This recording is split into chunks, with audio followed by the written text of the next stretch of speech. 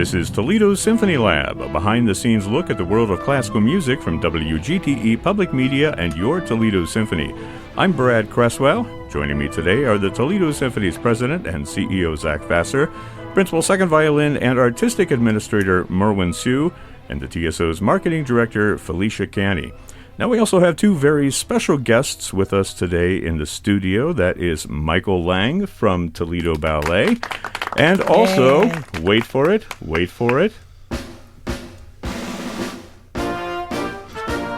have the illustrious mayor of our city, Wade Kapszukiewicz. Welcome, Wade. Welcome. Or I should say, welcome, Mr. Mayor. No, Wade is just fine. Very glad to have you. Now, before we get going and talking about what our subject is today, I want to put this to bed once and for all, because I've heard people pronounce your last name in different ways. Yeah. I've heard Kapszukiewicz.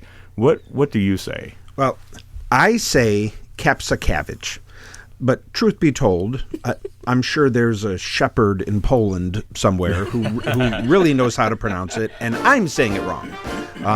Bring your music back in. It's also shepherd music. That's right. Who knows? There could be a butcher in Poland who knows how to spell it, or an undertaker. But so I say Kapszukiewicz. It is, a rose by any other name. So you can call me whatever you'd like, but it's probably. There's no wrong answer. Could be Kapszukiewicz. I say Kapszukiewicz, though there's no guarantee I'm saying it right. Got it. Okay. Well, we're talking today about Nutcracker. It's happening again this year, the 79th annual production of the Nutcracker. There are three performances this Saturday, December 14th, 2 o'clock p.m. and 7 o'clock p.m. Also Sunday, December 15th at 2 o'clock p.m. It's all happening at the Stranahan Theater. That explains, of course, why we allowed Michael Lang back in the studio, because he's here to talk a little bit about in handcuffs, I might add.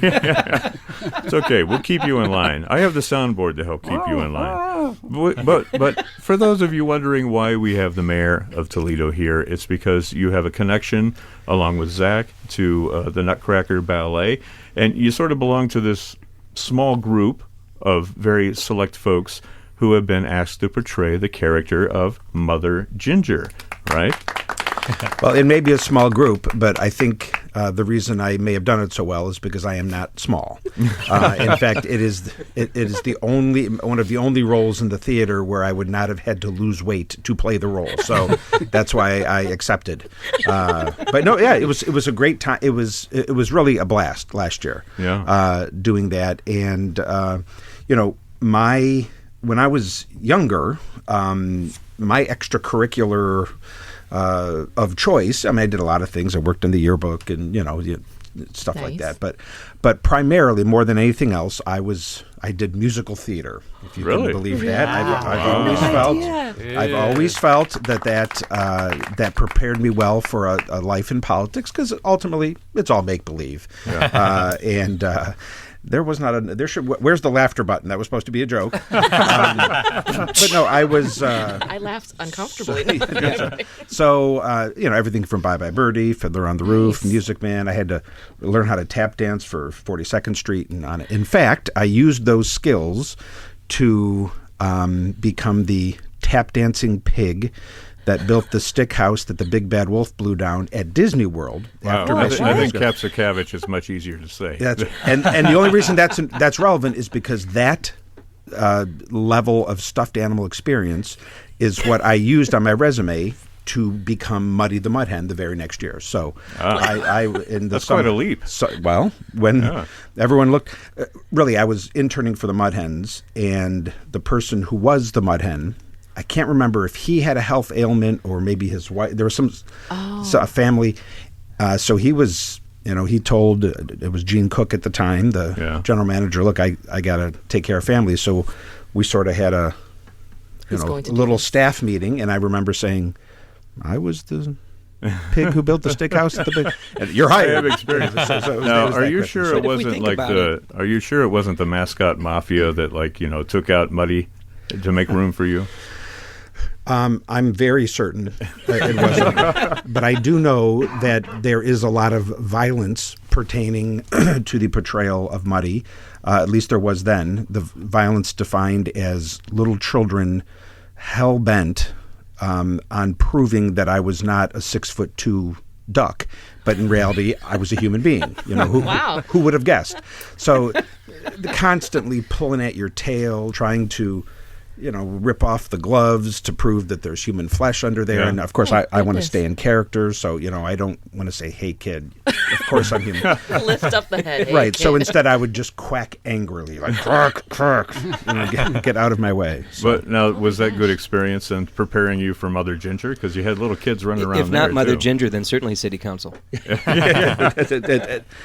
I'll just leave it at that. Right. Yeah, it did really. It reminded me. I was sort of brought back to my earlier experience in theater that night. Just the makeup, the ostentatious costume, the little kids flowing around. It was a blast, and the only thing that I worried about, and I didn't really know this until the moment came, was that I don't know if I'm afraid of heights, but I'm not fond of heights. Let's put it that way. And so the hand motions, the gestures, the hamming it up, and those sorts of things, that I knew that wasn't going to be a problem.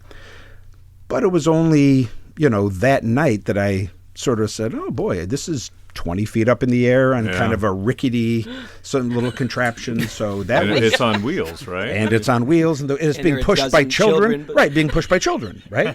So it really is just like City Hall. It is just like No, that's right. No, there are more adults at the Nutcracker. And I'm including myself there. So. Yeah. Oh my gosh, I had no idea. That was the only thing that I had any reservation about was, boy, I can feel myself tilting forward, and it's rickety, and there's kids running around, and they're pushing it, and you don't know whether you're coming or going. I mean, you're not controlling your actions. So, so that was my only concern. It wasn't looking like a fool. I look like a fool every day. The makeup and sort of quasi cross-dressing. That's a normal Saturday, for me. So, but it was fun. Saturday night in Toledo, Saturday Ohio. night. It's like being nowhere at all. That's right. So it was great. It was really one of the most special memories I've had so far. As mayor. That was a lot of fun, and it was great memories. I just remember being backstage with you. We had to all get together as the Mother Gingers and get an orientation, and they actually had a piece of paper that they handed out as to acceptable or recommended hand motions to express different things, And I remember, Mr. Mayor, you asked, so really, what should my... What's my motivation? Yeah, what am I supposed to be thinking about? What's my character supposed to be doing? Am I giving birth to these children? And I realized I had not prepared for this role at all. You really threw yourself into a role there. Yeah, well, I remember asking that question. I don't remember the answer, so I don't know. Do whatever you wish, I think was it. Yeah. Yeah, it's really interesting. Now, can we expect you to burst out into song at a press conference or something like that down the road? Or tap. Or both. Well, there are those who say that every time I give an answer to a question that I wish had not been asked, I end up doing verbal tap dancing. Mm-hmm. So that that's common. In terms of breaking out into song, I mean, I have nothing scheduled, but whatever. Stay tuned. Yeah, stay tuned. You never. Well, I mean, now's the time.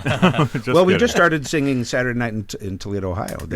Well, we can count that. We can count that as well. Let's talk a little bit about the Nutcracker itself. Wonderful ballet, beautiful music, and of course, Toledo Ballet has been doing this for a long time. And you teamed up with Toledo Symphony not long ago, and so you're presenting it together. This is the 79th year that they've been doing Nutcracker, Michael. Now, not everybody knows, let's say, the story of Nutcracker, so, I mean, you've seen it, right? I've never seen it. Okay. A little music for you. This is what I call Drunk Nutcracker, so it's right up your alley. Okay. So anytime you feel ready to start, go ahead. Well, it's set in Germany, and There's a big party that Clara and her parents are having, Clara, her brother Fritz, and she gets the gift of a Nutcracker from Drosselmeyer, who is kind of an eccentric, magical type. Creepy uncle.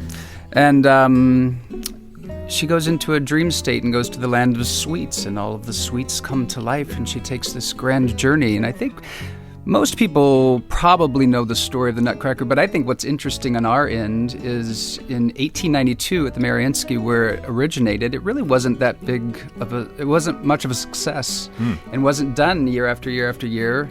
And then in 1934, it was done in England. Of course, there are other things that kind of boosted it a little bit. 1940, Disney added 6 of the songs to Fantasia. In the 50s, Balanchine did a televised version, which gave it a little bit more.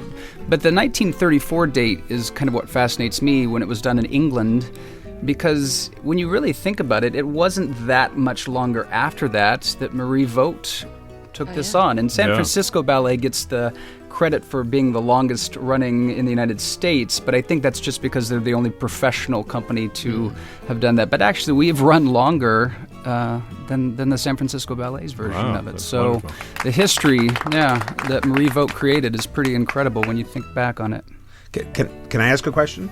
Yes. Since I find myself sitting next to a historian here. Well, I had thought that Toledo's rendition of the Nutcracker was the longest continuously performing Nutcracker in the United States. Yes, is that true? I think that is true, but like I said, I think because if you Google that right now, you'll probably just find San Francisco's information. But I think it's because they're the professional company. Right. Yeah. But I had always understood that we've been doing it the longest. And then I guess here's a corollary question, if that's true. And I have no way to vouch for this, although hopefully that someone could. Zach has his iPad, I think. So. Well, this would be neat if it's true. If no year had been taken off, which would have to be the case for us to be the longest, and if this year is the 79th performance, that would mean that the first performance was a Saturday in December in 1941. Given the time of year, it could have been Saturday, December 6th, 1941. Wow. In which case, this would have been happening, essentially as Pearl Harbor was happening. Am I? So is there any way, can we go back to the original playbill to see when that first show was? Because if we haven't taken a year off, that's 78 years ago, but assuming you count that first show, this would be the 79th. I mean, it could be that we were doing Nutcracker for the first time on that really historic weekend. Not that it's... Check out the archives. Yeah, it's perhaps a little ominous footnote of history, but it's how I remember it anyhow. That's interesting. My math is not nearly that good to figure that sort of thing out, but we'll check into that. What I do know is that the first performance happened at the Toledo Museum of Art in a theater that no longer exists. I think it's where the Kennedy Gallery is now. Because the peristyle hadn't been built yet. That's correct. Yeah. And it was not a full performance of the entire Nutcracker. I think it was you basically could get the second. all the music rights at that time. Yeah. Yeah. But it was, as I understand it, the second half. It was, or the second act with all of the different Land of Sweets, which is honestly what people consider the greatest hits of the Nutcracker. Yeah. So, I think that's another footnote to the claim of longest continuously running is, who had the first full production. But as I look at the San Francisco's was 1944, and ours goes back to 41, I believe. 41. Yeah. It is definitely 1941, but we're trying to get the exact December date. Well, you guys work on that while we continue the show. It had to be 1941 if this year's the 79th It is year. 1941. And Where does Mother Ginger fit into the ballet? What is the best in part? the back. in the back? In the back the room. finest dancing. Yeah. it's in the second act. It's the second act. I do know right. that. Yeah, Early in the it's second ginger act. snaps or the sweet, if you will. I have a little announcement to make here. Let's hear it. Hang on.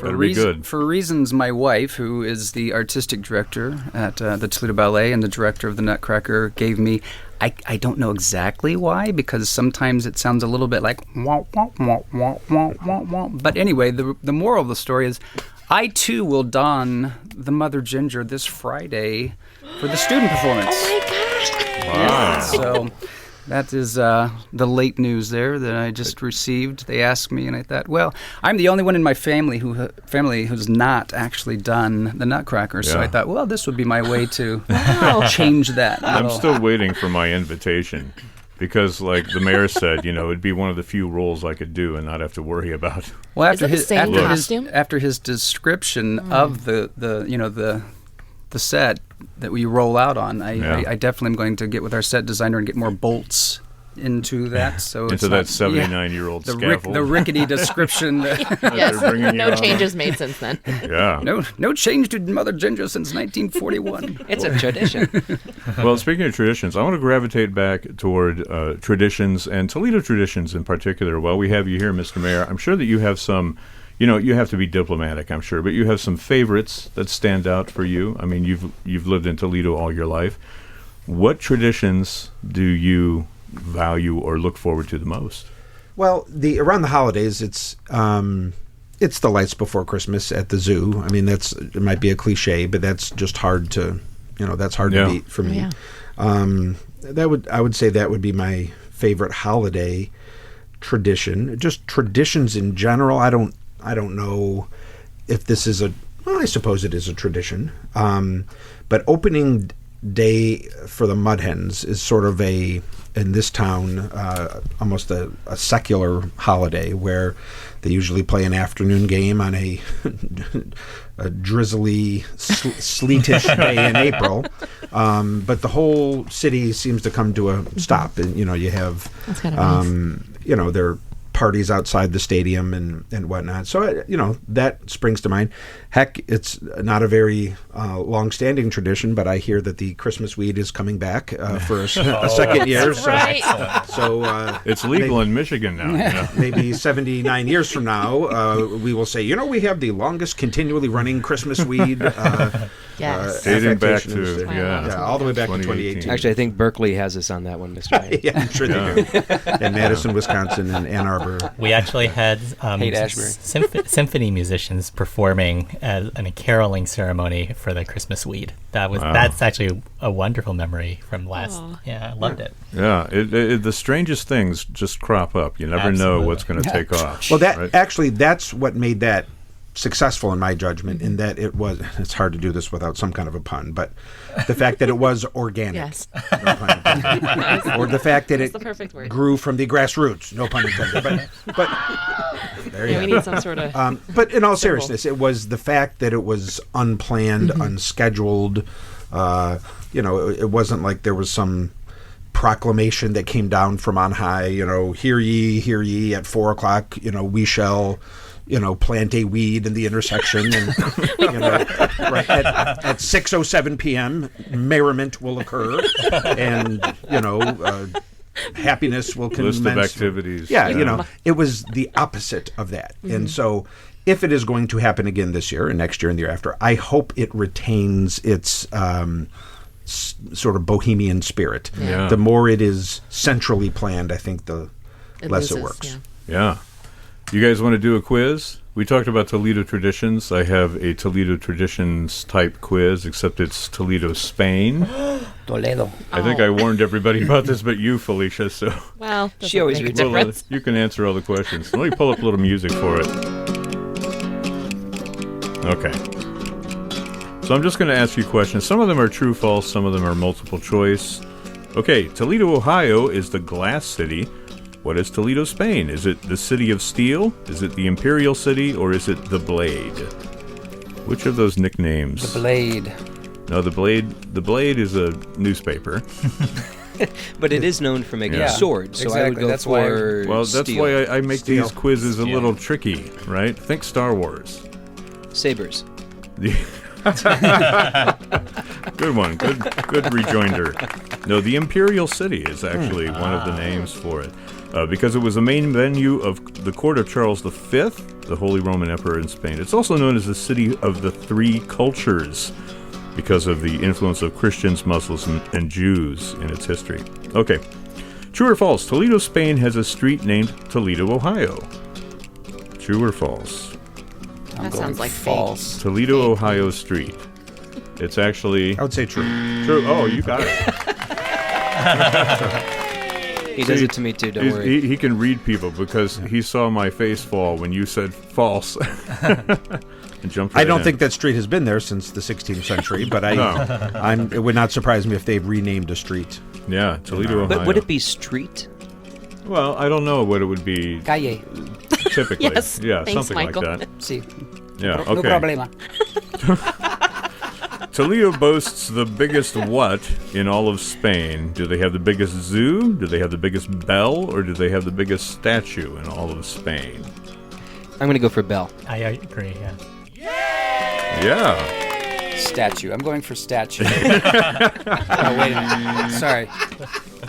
No, Toledo Cathedral houses an impressive treasure, the bell tower, and the massive 18th century bell, which weighs close to 20 tons. The biggest bell in 20 Spain. tons? 20 tons. How'd they get it up there? Up those rickety stairs. Carefully. Yeah. On a Mother Ginger costume. I mean, how did they build the pyramids? These questions will Aliens. never be answered. Okay, this is a good one. Which of the following is a real Toledo, Spain tradition? Is it the throwing of the dishes? Every New Year's Eve, people throw broken dishes, plates, and cups and bowls at each other.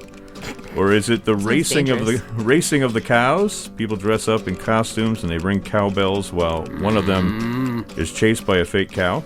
Or is it the jumping of the babies? Every June, What we like jump over babies? yeah, let it be jumping the over jumping of the babies. babies. Jumping over babies. Every June, Los babies niños. born I'll do that this year. in the previous year are laid out on a mat, and a man dressed up as the devil jumps all around them and over them to cleanse their sin. So which of those I three? want that one to be it.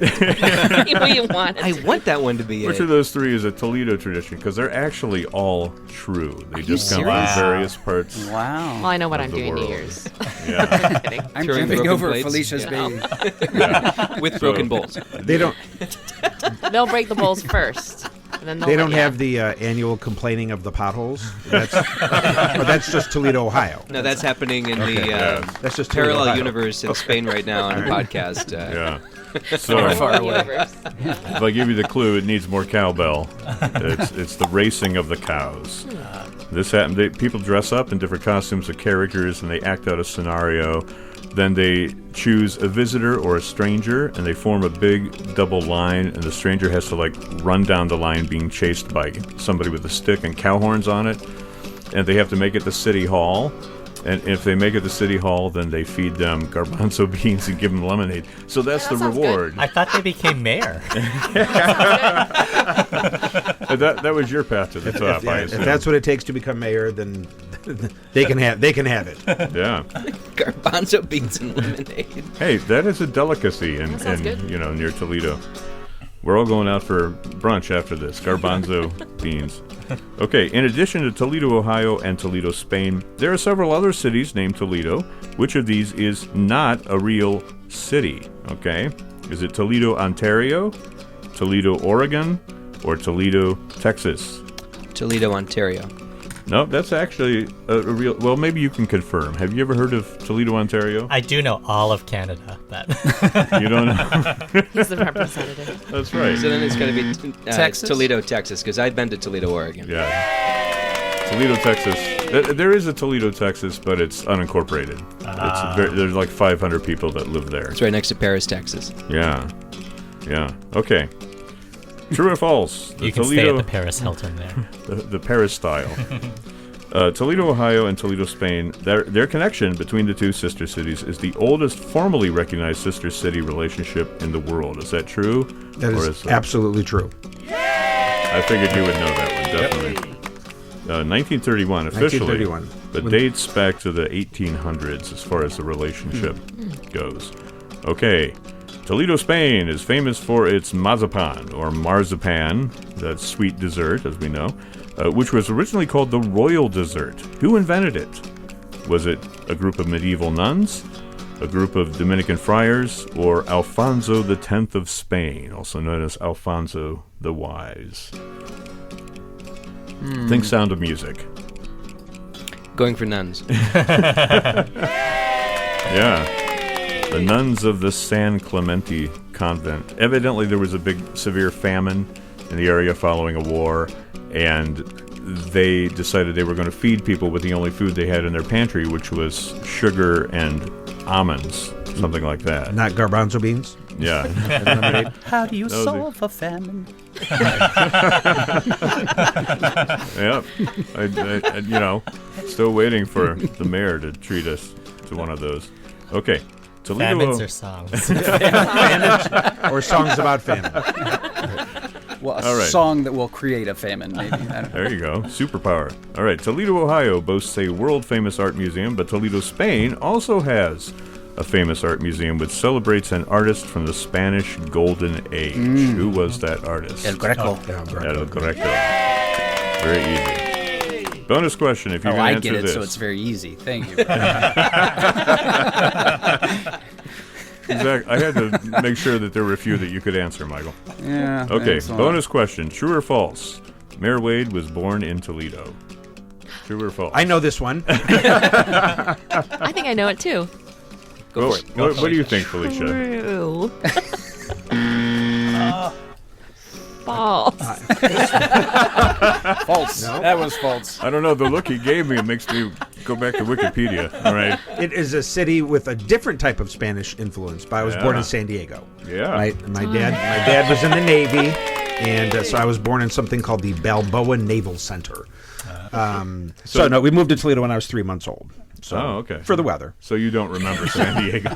No, I have. I'm convinced it's the safest part of the country. Yeah, I have no memories. Obviously, we moved when I was 3 months old, but I have been back only once, and I sort of went on a little magical mystery tour of the city, taking sort of pictures of. Oh, there's the church I was baptized. There was the. Though the Naval Center is still there, the building where I was born has been turned into a theater. Oh, interestingly, so there's more. Wow, there's something there, something going on there. Anyhow. Interesting. Where I start as a tapping pig. Yeah, that's right. Come a long way from that tapping pig. I was going to ask you, have you ever gone back and done a cameo as Muddy for any of the games? No, but I would actually. They asked me to throw out a first pitch once, and I did that. But no, I have not been asked to come back as Muddy, though that would actually kind of be fun. I do know now that life has come full circle, and I take my kids to Mud Hen games. I suppose this is my equivalent of. In my day, I had to march to school 10 miles uphill in the snow. But I do look and say, look how easy Muddy has it now. Now they give him a girlfriend. There was no Madonna in my day. There's security. When you watch him when he walks the crowd, he's got sort of security handlers keeping those kids who want to tugging at you. this. It's a more elegant costume, let's put it this way, than the one I had to wear, which featured tights. So what's wrong with tights, dude? Well, no, there's nothing wrong with tights on the right body shape. On my body shape, there's nothing right with tights. So there's no question that Muddy has it easier today in a more coddled society than the hard scrabble Muddy that I had to be. But no, so I have not. But it would actually kind of be fun. That'd be great. Well, it was my idea. Don't forget to tell them it was my idea, okay? Now, are we done with Toledo, Spain, or can I throw one last little trivia thing? Or throw it in. Go for it. So that... hang on. Okay. It's not legit without that. That is... He's actually doing the dancing right now. It's... I don't know if it's a province or if a state, but that's... the Man of La Mancha. I mean, Toledo is in the... Was it the La Mancha? Is it the capital of... that region? Someone's got to help me out here. Zach, you got the I'm on it. iPod. Right. Okay, well, Don Quixote is from he is the man of La Mancha, right, and is almost certainly from Toledo in the old Cervantes text. Oh, wow. Yeah. So Toledo, Ohio, has a little bit... I mean, not only do we celebrate our link to the city, that's why the newspaper is called The Blade, that's why... But we identify... in some ways, with the character of Don Quixote. In the Commodore Perry Hotel, which in its time was the quintessential iconic hotel, to this day, there is a wall-sized mural of Don Quixote tilting at windmills, in the big... And so there's a couple other sort of places around town with the Don Quixote. So because the historical figure Don Quixote was from that Toledo, And so I suppose on our best days, Toledo tries to be the relentlessly optimistic, always sees the good in the glass half full and the potential, even when reality maybe is something different. So I think that is a neat literary link. Nice But I think that's connection. right. I mean, that is where the Cervantes character was from Toledo. I don't think they ever mentioned it, but clear when they described the city, they're describing Toledo. So Yeah. our city fathers must have been in on that. Why else would there be a wall-sized portrait of, Don Quixote tilting at windmills in the Commodore Perry Hotel Grand Ballroom? The ballroom where Bob Hope's brother was married. But that's a Wow, that's an aside. that's It's a true. different podcast. Yeah. Well, while we have you here, Mayor Kapszukiewicz, and I just want to say that it's such a pleasure to have somebody who is, of course, not only involved in running the city, but also somebody who is aware of the cultural landscape that we have here, somebody who's interested in culture and sees the value of it as it pertains to the community as a whole. I've heard that you have a special affinity for a certain composer, and let me bring up a little theme music for you here. I wonder if you might just tell us a little bit about your The Moonlight, relationship with Ludwig van. I can't help myself but engage in trivia first. If Go for it. you're going to play the Moonlight Sonata, you know that the Beatles, the song "Because" off of Abbey Road, is the Moonlight Sonata layered backwards. I don't know if I'm trying to say this. I mean, it's not like the notes are backwards, but Yeah. it is the I'm not a musical person. You take the final, the stanza? It's the same thing. You flip it upside down. You flip the music upside down. So if you ever listen to "Because" from the Beatles, it's this. No, I am a Beethoven fan, and in fact, today, Wednesday, December 11th, we are 5 days short of his 249th birthday. I know that there are some plans for his 250th birthday here in Toledo and all across the world. You know what? I suppose, life is based on great debates, and in art, there are great debates. So are you a Paul McCartney or John Lennon guy? Are you Coke or Pepsi or Mozart or Beethoven? I don't know what this says about me, but I am more John Lennon than Paul McCartney, and as such, I am more Beethoven than Mozart. Mozart would have... his music was the, hey, I want to hold your hand, la la, love you do. Yeah. Beethoven listen to this. I mean, there is some life experience baked into this. There's pain in this. This is someone who graduated from the school of hard knocks, right? Yeah. I mean, this is someone who loved and lost, and every time he fell in love, the whole, immortal beloved.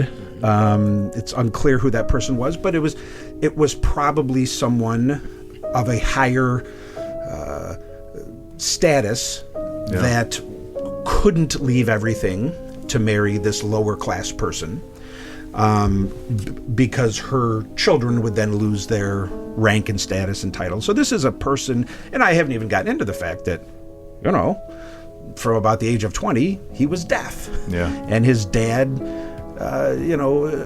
was alcoholic and, kind of roughed him up and beat him up. He was a struggling composer and, saw the genius in his son and took it out on him. I mean, this is a guy who had a tough life. And it comes out in his music, which is a little more serious and thoughtful, and reveals I think it speaks to people who have had to overcome adversity. Mm-hmm. And knowing all of this, to wrap up your life and your career, because it happened at about the same time, putting to music a poem about joy. This is someone who really didn't have a lot to be joyful about. He can't hear. He was, was terrible life, unlucky in love. What in the heck is this guy doing writing about, putting the poem Ode to Joy to music.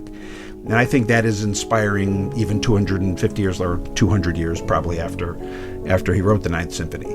I think there's something there. I think there's a lesson you can take from that even that person with those experiences can still ascend at the end of his life and, guide us towards something bigger and loftier: joy, love, togetherness.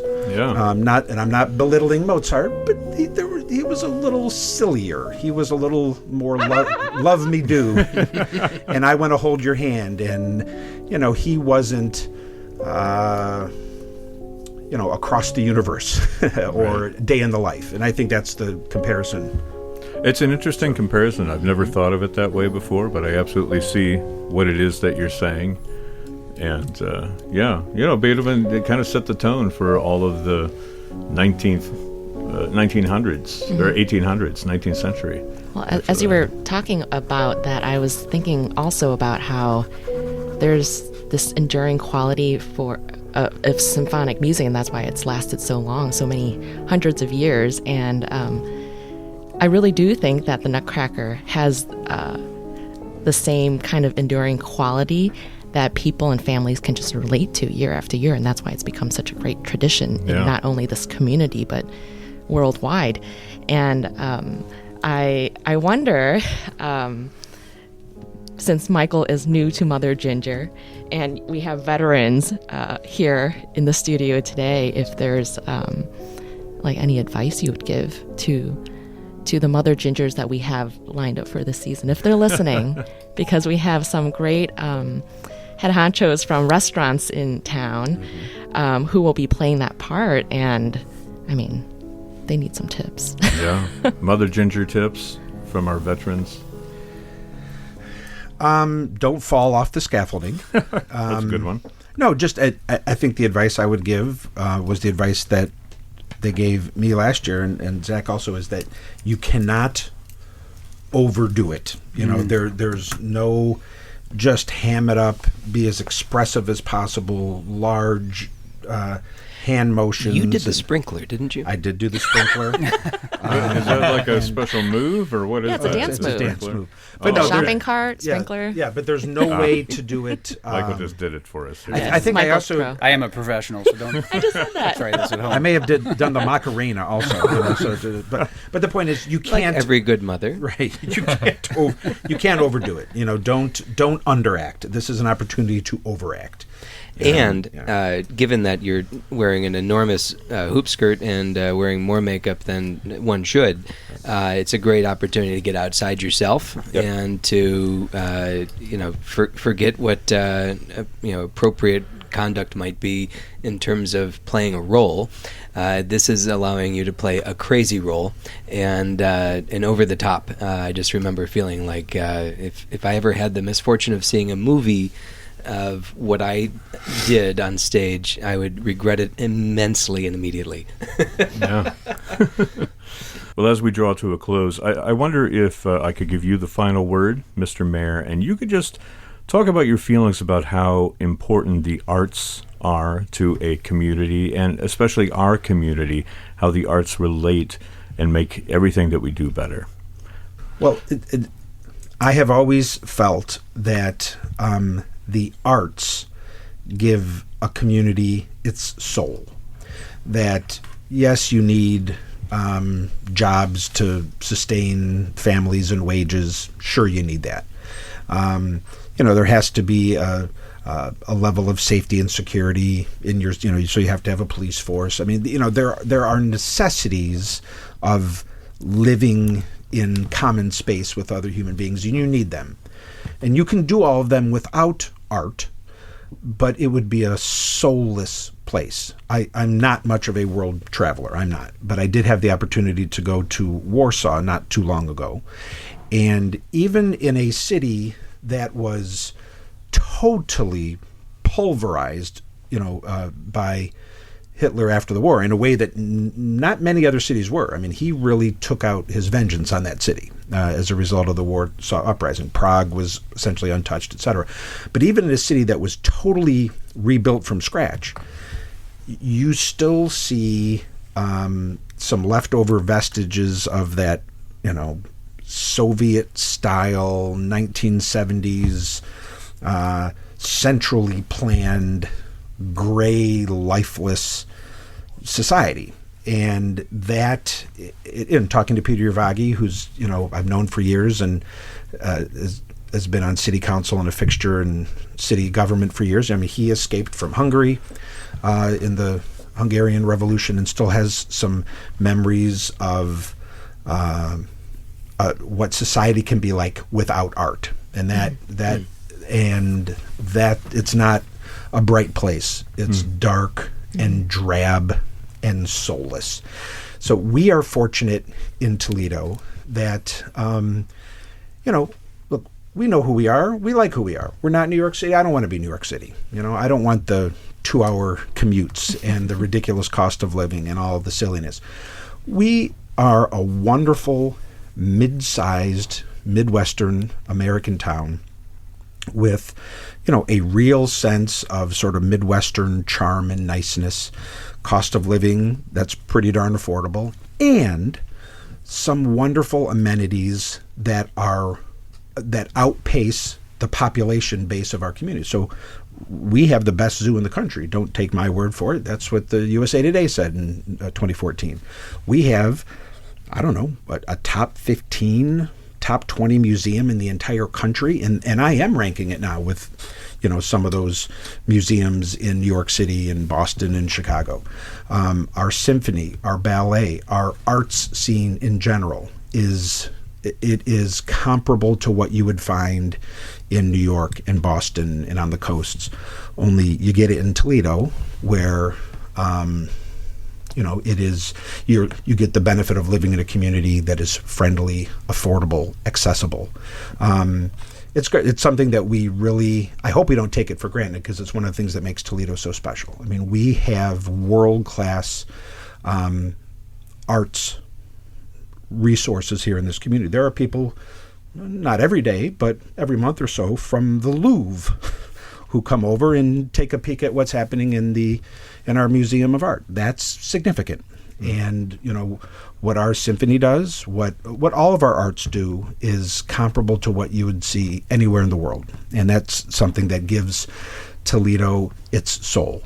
And without it, we would be one of those places that is drab and dark and boring, and we might limp along and survive, but that's not what we want. We don't want to survive. We want to thrive. And to do that, we need to be leavened by our arts community. Yay! Wow. Yay!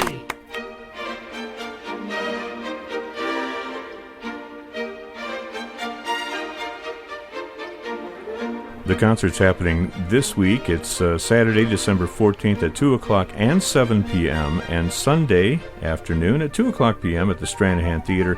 Toledo Ballet presenting its 79th annual production of The Nutcracker. More information at ToledoBallet.com. The box office phone number is 419-246-8000. This program is a production of WGTE Public Media in collaboration with our sponsor, the Toledo Symphony, with generous support from the Rita Barber Kern Foundation.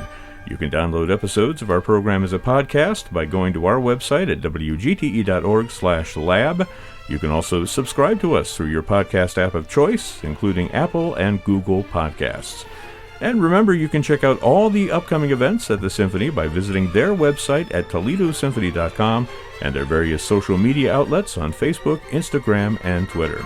My thanks to Zach Vassar, Merwin Sue, Felicia Canny, and our special guests, Michael Lang from Toledo Ballet. Thank you, Michael. Thanks for having me. And Toledo Mayor Wade Kapszukiewicz. Glad to have you today. Oh, happy to be here. I'm Brad Cresswell. You've been listening to Toledo SymphonyLAB from FM 91.